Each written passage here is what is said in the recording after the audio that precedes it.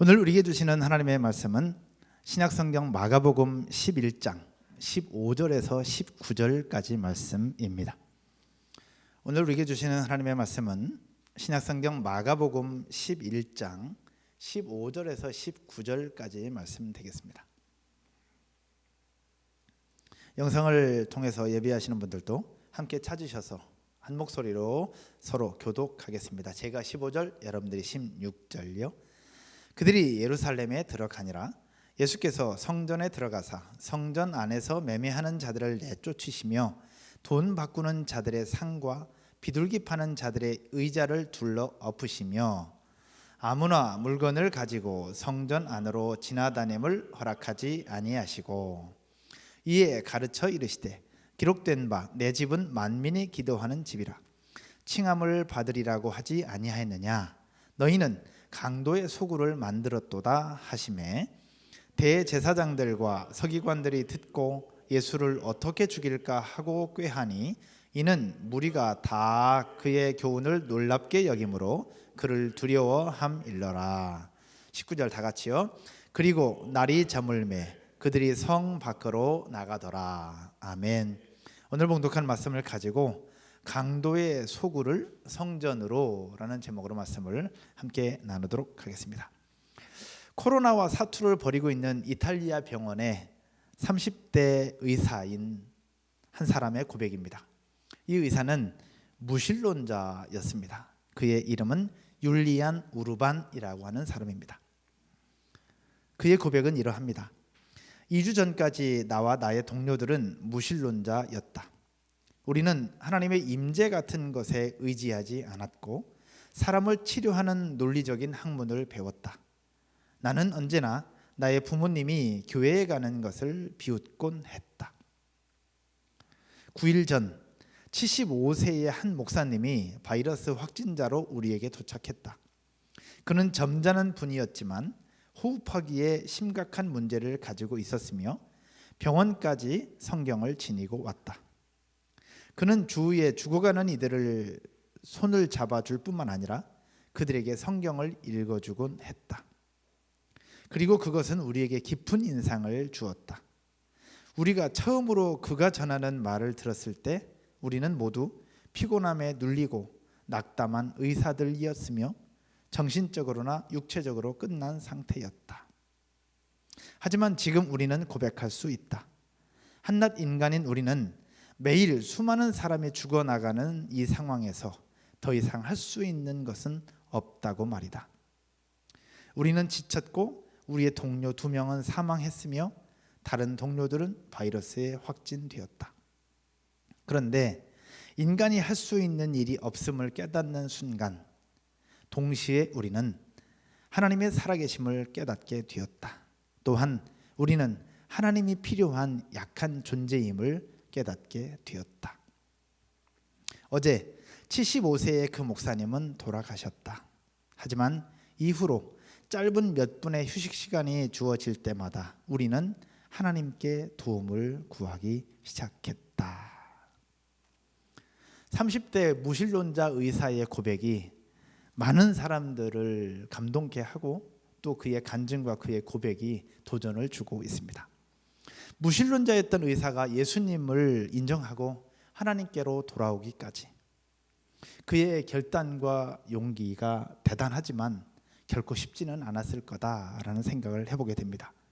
그의 용기와 결단에 박수를 보내면서 그 은혜가 이탈리아 전역에도 흘러가게 되기를 주님의 이름으로 축복합니다. 그리고 기도합니다.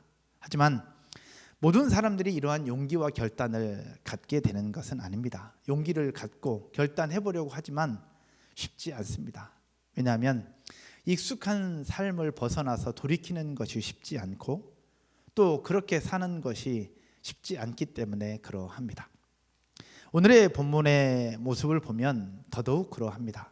오늘 본문의 전체적인 배경을 살펴보면 예루살렘 성 안으로 들어가신 예수님께서 성전 뜰에서 장사하던 사람들과 그 상을 둘러 엎으시면서 내 집은 만민이 기도하는 집인데 너희가 강도의 소굴로 만들었도다 라고 말씀하시면서 화를 내시고 성전을 청결케 하시는 성전 정화 사건의 내용이 오늘의 본문입니다.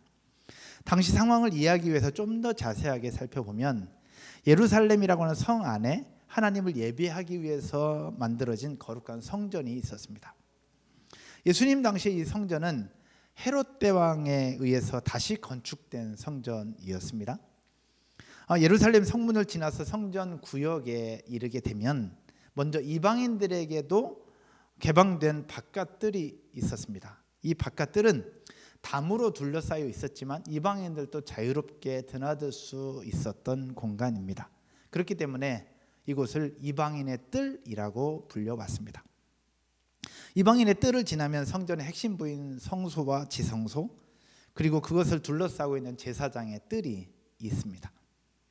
오늘 본문에서 말하는 성전이라고 함은 바로 가장 바깥쪽에 있는 이방인의 뜰을 가리키고 있습니다. 당시에 매일매일 진행된 희생제사가 이곳에서 있었고요. 또 순례자들의 방문 속에서 다양한 상업 행위가 이루어졌던 곳도 이곳이었습니다. 바로 이방인의 뜰. 먼 곳으로부터 왔던 유대인들은 희생제물을 직접 가지고 올 수 없었기 때문에 이곳에서 필요한 제물로 바꿀 수 있도록 배려했고, 또 돈을 바꿀 수 있도록 배려를 하면서 그런 시스템을 만들어 왔습니다. 즉 처음에는 필요한 조치였기 때문에 선한 의도로 또 좋은 의미로 시작되었던 것이 바로 이러한 모습이었습니다. 하지만 점차 부패한 지도층, 그리고 상인들에 의해서 본래의 취지는 사라져 버리고 인간의 탐욕만 남게 되었던 것입니다. 그래서 성전으로서의 원래 기능은 사라지고 예수님이 말씀하시는 것처럼 강도의 소굴이 되어버렸던 성전의 모습을 성경은 이야기를 하고 있습니다. 결국 예수님께서 성전 안으로 들어가신 후에 상인들의 상을 뒤집어 엎으시면서 내 집은 기도하는 집인데 너희가 내 집을 강도의 소굴로 만들었도다 라고 말씀하시면서 노하셨던 거죠. 왜냐하면 이방인들도 예배할 수 있는 공간으로 만들어 놓은 그 장소였는데 그곳에서 이방인들이 참여할 예배 공간을 이방인들의 주머니를 약탈하는 장소로 바꾸어 버렸고, 불의와 불법을 행하는 이들을 거짓 제사 뒤에 숨겨주는 강도의 소굴이 되어버렸기 때문에 그러합니다. 이것이 바로 오늘 우리에게 주시는 말씀의 전체적인 배경이고 내용인데요.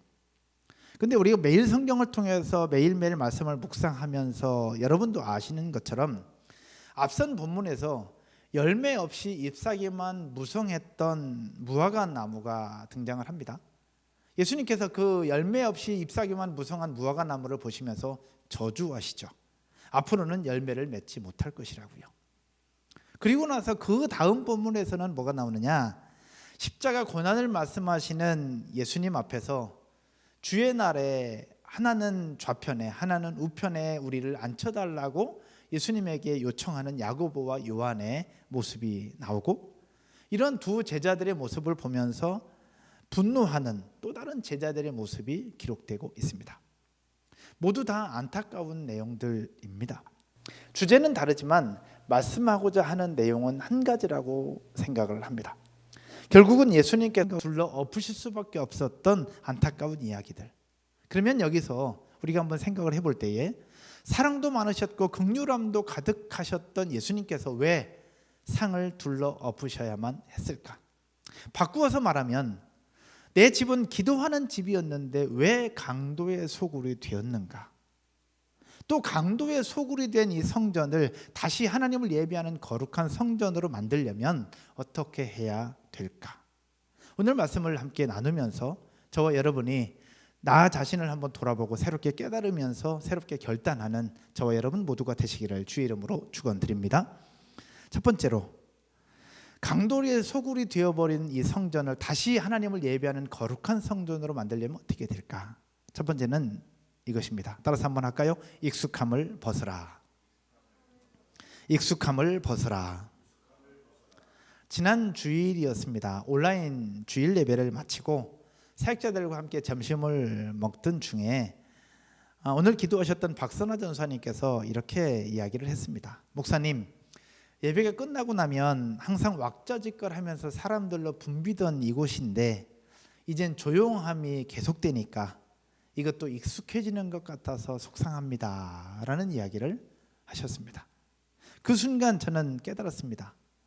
익숙함이 계속되면 잘못된 것도 잘못인 것을 깨닫지 못하게 되는구나. 오늘 본문에 나타난 성전의 장사치들이 그러했습니다. 처음에는 멀리서 온 여행객들이나 또 돈을 바꿔야 되는 분들을 위해서 만들어 놓은 선한 의도의 어떤 모습이었고 시스템이었습니다. 하지만 이런 배려들이 이제 도를 넘고 익숙함에 묻혀서 이젠 죄악이 되어버렸고 예배와 상관없이 그냥 장사하는 장소로만 변질되어 버렸던 모습들. 이렇게 된 이유가 바로 무엇이냐? 익숙함에 젖어서 잘못된 것이 잘못된 것임을 깨닫지 못하게 된 것입니다. 결국 그 결과 수십만의 순례자들은 그냥 영업 대상자가 되어버렸고, 또 그들과 깊이 유착된 성전 당국자들은 이들의 독점을 무인하게 되고, 또 그렇게 막대한 이익을 챙겨버리는 이익 집단이 되어버리고 말았던 것입니다.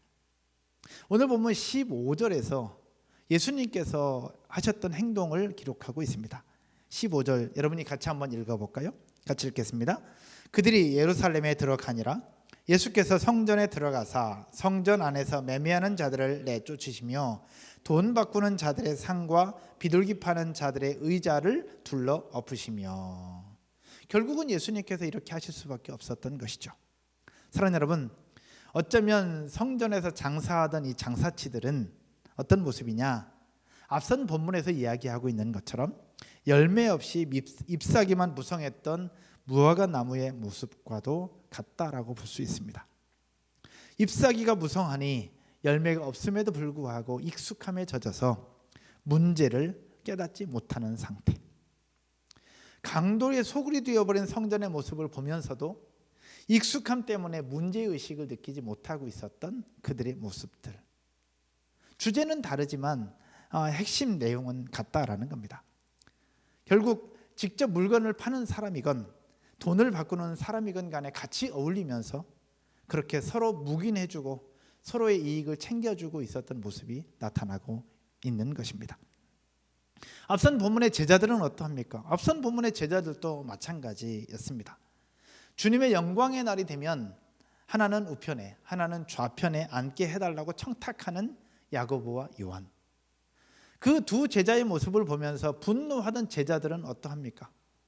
제자들은 분노했지만 어쩌면 자기들이 먼저 얘기하고 싶었는데 자기는 용기를 못 냈던 그것을 야고보와 요한이 먼저 얘기하는 것을 보면서 내심 부러워하고 있었던 제자들의 모습 아닙니까? 왜 여기까지 왔을까? 예수님과 3년이라는 시간 동안 같이 동행하면서 예수님의 뜻을 배우고 말씀을 들었건만 왜 이런 지경까지 오게 되었을까? 왜 그러냐면 당시 문화가 그러했고 당시 사람들이 그것을 요청했기 때문에 그러합니다. 모두가 다 그렇게 살고 있다는 이름 아래 예수님의 제자들이었음에도 불구하고 그냥 그렇게 익숙함에 젖어 그렇게 살아가고 있었다는 것을 이야기하고 있습니다. 결국은 죄악이 되었고 오늘 주신 말씀에서처럼 예수님께서 상을 직접 뒤집어 엎지 않으면 안 되는 지경까지 이르게 되었습니다. 사랑하는 여러분, 여러분은 어떠하십니까? 코로나 바이러스가 우리들의 삶을 바꾸고 있어요. 처음에는 재택근무가 힘들었는데 재택근무도 하루, 이틀, 3일, 4일 그렇게 일주일, 2주일 지나가면서 이제는 재택근무도 익숙해졌다라는 이야기들을 하셨습니다. 이 코로나 바이러스는 예배 문화까지도 바꾸고 있습니다.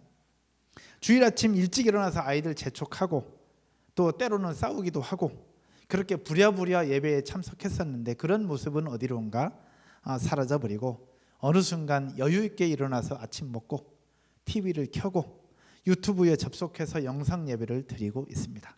어쩌면 이렇게 영상으로라도 예배할 수 있다는 것이 얼마나 감사한지 모르겠어요. 이 시간에 영상으로 예배하는 여러분들을 주님의 이름으로 축복합니다. 영상으로 말씀을 듣고 또 예배를 드리지만 그 속에서도 하나님의 은혜는 흘러가고 있을 거라고 저는 믿고 확신합니다. 할렐루야. 그런데 이렇게 예배하는 것이 익숙해지는 것은 아닐까라는 겁니다. 지금은 이렇게밖에 예배할 수가 없습니다. 아마 개학이 언제 될지 모르겠고 또 개학과 함께 우리 예배가 언제 다시 모일 수 있을지는 잘 모르겠습니다. 그런데 만약에 코로나가 끝난 이후에도 이러한 예배가 지속된다면 과연 어떨까? 우리 몸은 편할 수 있을 겁니다. 그러나 우리 영적인 상태, 또 우리의 신앙은 과연 어떤 모습이 될까? 상상하고 싶지 않지만 한 번쯤 생각해 볼 필요는 있다고 생각합니다. 사랑하는 여러분, 익숙함이 필요할 때는 있습니다. 그러나 익숙함이 도를 넘으면 문제가 될 수 있습니다. 직장 문화도 그렇고 예배 문화도 그러합니다. 각자 개인의 경건 생활도 동일합니다. 그러므로 사랑하는 여러분, 스스로 돌아보아서 자기 성찰을 해보고 익숙함을 벗어버려 하나님께서 원하시는 삶, 또 하나님 앞에 드리는 거룩한 하나님의 성전으로 회복되는 저와 여러분 모두가 되시기를 주의 이름으로 축원드립니다. 두 번째로, 강도의 소굴이 되어버린 성전을 하나님을 예배하는 거룩한 성전으로 바꾸려면 어떻게 해야 되느냐? 두 번째는 이러합니다. 다 같이 한번 따라서 해볼까요? 자기 개혁을 위해서 노력하라. 자기 개혁을 위해서 노력하라. 미국의 명문 대학인 하버드 대학보다 더 들어가기 힘든 대학이 있습니다. 지원자 100명 중에 단 2명만 합격의 영광을 누리는 곳. 합격률은 1.9%. 바로 미국 종합대학인 미네르바 대학입니다. 미네르바 대학은 학교 건물이 없습니다. 학생들은 4년간 전 세계 7개 도시를 돌면서 학창 시절을 보내게 되는데요. 이 학생들이 움직이는 거리 자체가 캠퍼스가 됩니다. 이 대학은 이미 오래전부터 액티브 러닝 포럼이라고 하는 비디오 채팅을 운영하고 있었는데, 이들에게 있어서는 이 비디오 채팅, 즉 이곳이 강의실이 됩니다. 한마디로 얘기하면 온라인 강의로 진행되는 대학교였다라는 것이죠. 굉장히 앞서가는 대학입니다. 이 대학뿐만이 아닙니다.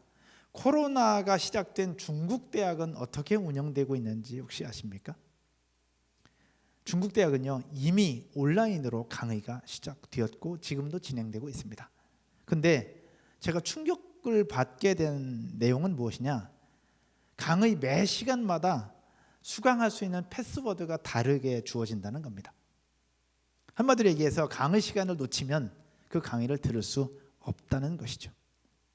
어쩌면 한국의 대학들보다 더 빠르게 변혁했고 더 빠르게 진행되고 있는 사회적인 흐름 속에 발빠르게 진행하고 있다는 것을 보여주고 있습니다. 코로나가 계속되면서 예배 문화에도 변화가 있지만 대학과 학원가에도 큰 변화를 보여주고 있습니다. 그것은 바로 온라인 강의입니다. 이젠 고등학교를 비롯한 중학교, 초등학교까지 그리고 학원에서도 온라인 강의를 진행하고 있거나 고민하고 있다는 이야기를 듣게 되었습니다. 무엇을 말하고 싶으냐? 코로나 바이러스가 진행되는 이 시점에서 이 시대를 향한 새로운 변화가 필요하다라는 겁니다. 다른 표현으로 얘기하면 개혁이 필요할 때는 개혁을 해야 되고 또 변화가 필요할 때는 변화를 해야 된다라는 것을 말하고 싶은 것입니다. 변화가 필요한 때 변화하지 않으면, 개혁이 필요한 때 개혁하지 않으면 더 이상 성장은 없을 것이고 시대에 뒤떨어질 수밖에 없다라는 것을 보여주고 있습니다. 우리의 기독교가, 우리의 종교가 세상의 흐름만을 따라갈 것은 아니지만 때로는 세상에 앞서서 복음의 영향력을 펼치기 위해서는 시대보다 앞설 필요도 있다는 것을 이야기하고 있는 것입니다. 오늘 본문으로 돌아가서 유대 종교는 오랜 세월이 지나면서 변화가 필요했던 그 시기에 변화하지 못했습니다. 형식주의와 외식주의에 빠져서 변화하지 못한 결과 유대 종교는 그저 경건의 모양만 있고 능력은 없는, 경건의 모양은 있으나 형식과 절차를 따지다가 진짜 중요한 것을 놓쳐버리는 상태가 되어 결국 부패와 타락의 길로 접어들게 되었던 것이 바로 유대 종교였고 중세의 교회였습니다. 오늘 본문을 살펴보면 강도의 소굴이 될 수밖에 없었던 또 하나의 이유가 등장을 합니다. 오늘 본문 15절을 한번 다 같이 보실까요? 15절을 보면 그들이 예루살렘에 들어가니라 예수께서 성전에 들어가서 성전 안에서 매매하는 자들을 내쫓으시며 돈 바꾸는 자들의 상과 비둘기 파는 자들의 의자를 둘러엎으시며 라고 기록하고 있습니다. 예수님은 성전에 들어가 성전을 청결케 하는 과정 속에서 어떻게 하셨느냐? 비둘기 파는 자들을 둘러엎으시는 것이 아니라 비둘기 파는 자들뿐만 아니라 돈 바꾸는 자들까지도 내어 쫓으셨습니다. 그러면 예수님께서 왜 비둘기 파는 자들뿐만 아니라 돈 바꾸는 자들까지도 내어 쫓으셨을까? 비둘기 파는 자들이야 물건을 파는 사람들이니까 나쁜 사람이라고 볼 수 있고 또 그 죄가 명백하다고 볼 수 있습니다. 그런데 돈을 바꾸는 자들은 오히려 피해자가 아니었을까요? 하지만 실상은 그렇지 않았습니다. 돈을 바꾸는 자들 역시 그들의 편의를 위해서 파는 자들의 악행과 부패를 방조했고요.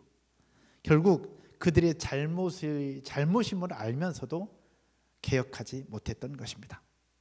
결국 그러한 악행을 조장하는 결과를 낳게 했고 결국 유대 종교의 부패와 타락에 동조하게 되는 결과를 낳게 된 것입니다.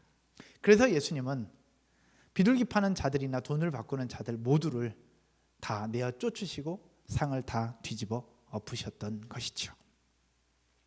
이처럼 부단한 자기개혁이 없으면 종교는 부패하고 타락할 수밖에 없습니다.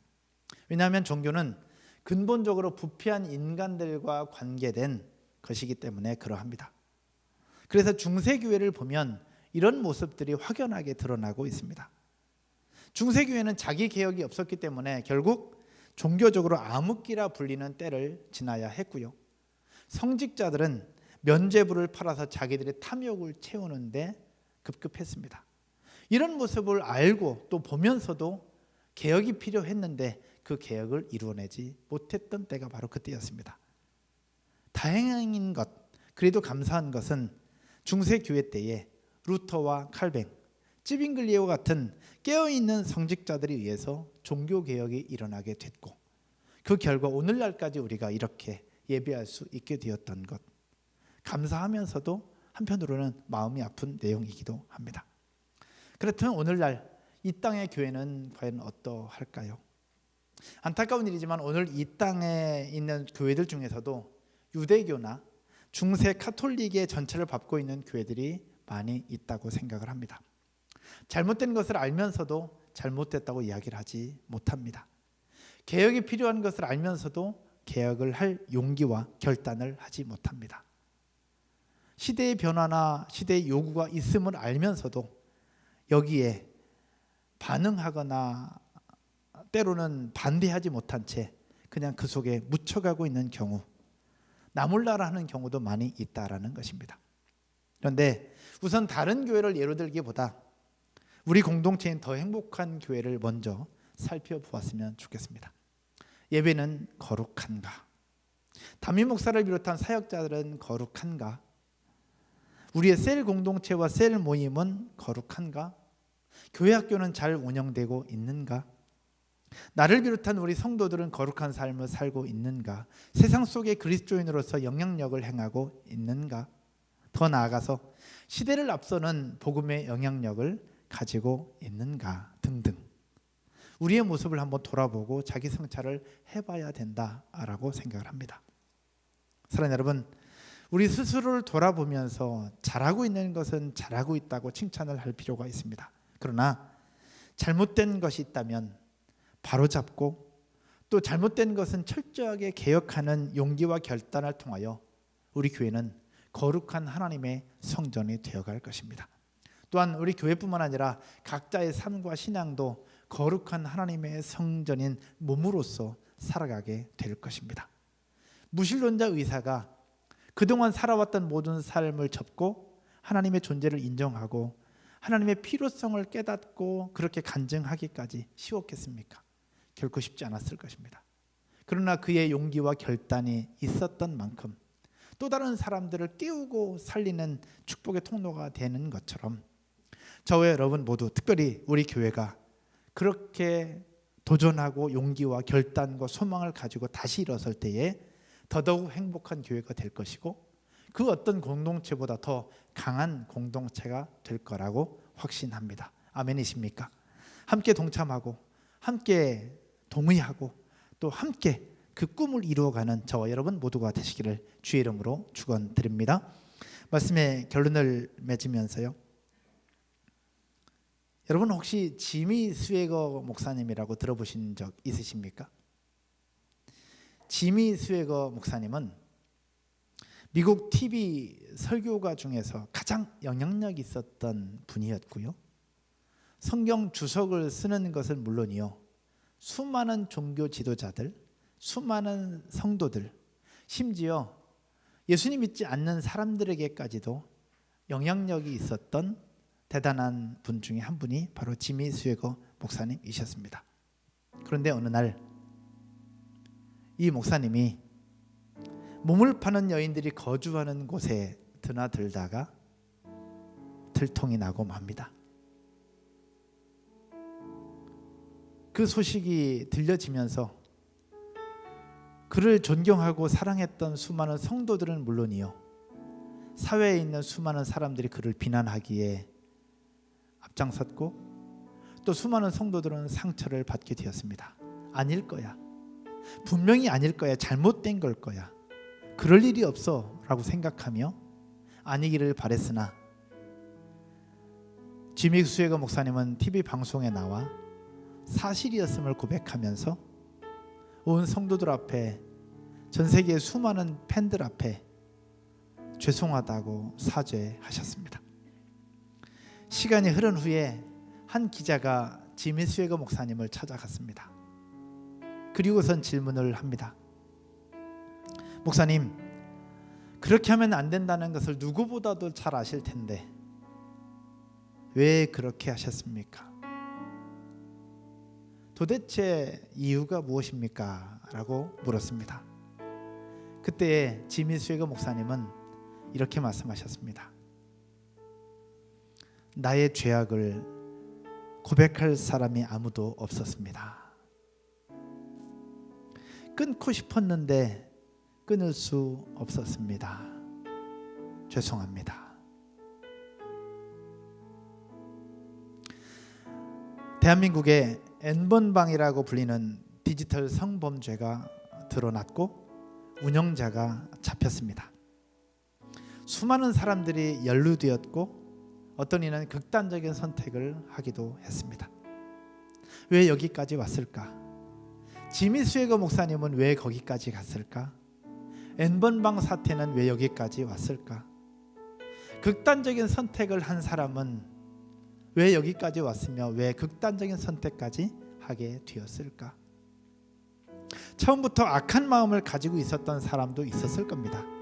그러나 많은 사람들은 악한 마음보다는 그냥 호기심 때문에 들어가서 보다가 결국 빠지고 또 빠져서 익숙함에 젖었고 결국 익숙함 때문에 빠져나오지 못한 채 여기까지 오게 된 것이 아닐까 생각을 하게 되었습니다.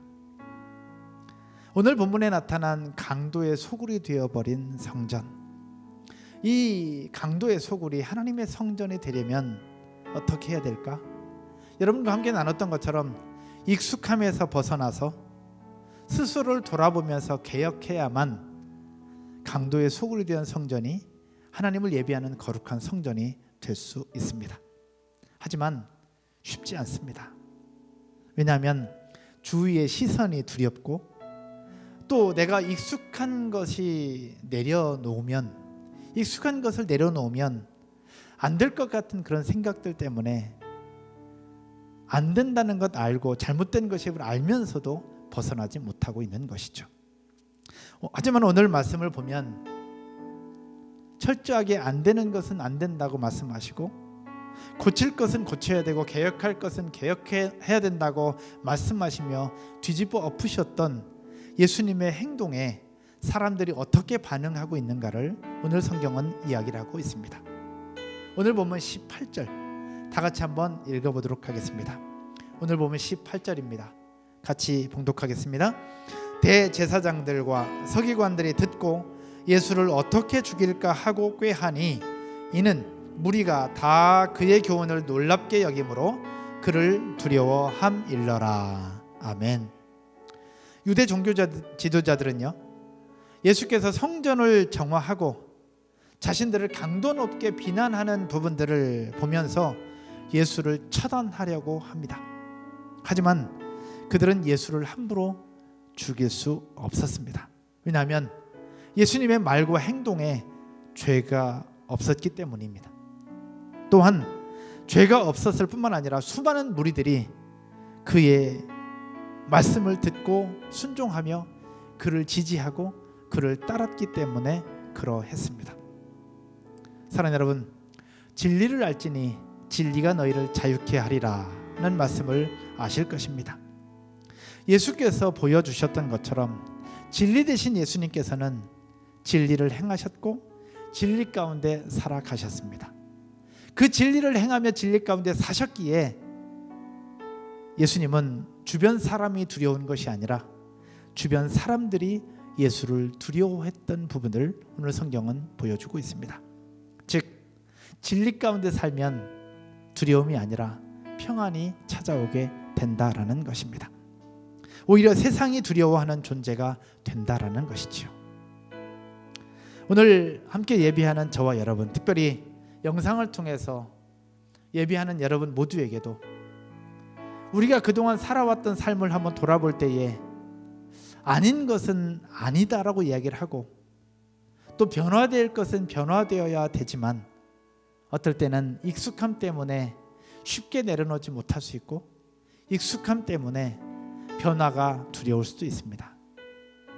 그러나 사랑하는 여러분, 아니라고 생각된다면 과감하게 벗어나고 과감하게 다시 도전해서 하나님이 우리에게 주신 말씀, 진리가 무엇이고 본질이 무엇인가를 찾아 한 걸음 한 걸음 내딛는다면 세상이 두려운 것이 아니라 세상이 우리를 두려워하고 세상이 여러분들을 두려워하는 축복의 주인공이 될 거라고 확신합니다. 코로나 바이러스가 온 세상을 두렵게 하고 수많은 사람들을 염려하게 하지만 변함없이 하나님을 찾고 하나님 앞에 나아갈 때에 바이러스가 기성을 부릴지라도 우리는 안전할 것이며 그 속에서 하나님의 역사와 능력을 경험함으로 오늘 하루도 이번 한 주간도 두려움이 아니라 평안함 가운데 나아가게 될 줄로 믿습니다. 예수님께서 보여주셨던 것처럼 본질을 찾고 진리를 찾고 진리 안에서 자유케 되는 저와 여러분 모두가 되시기를 주의 이름으로 축원드립니다. 같이 기도하겠습니다.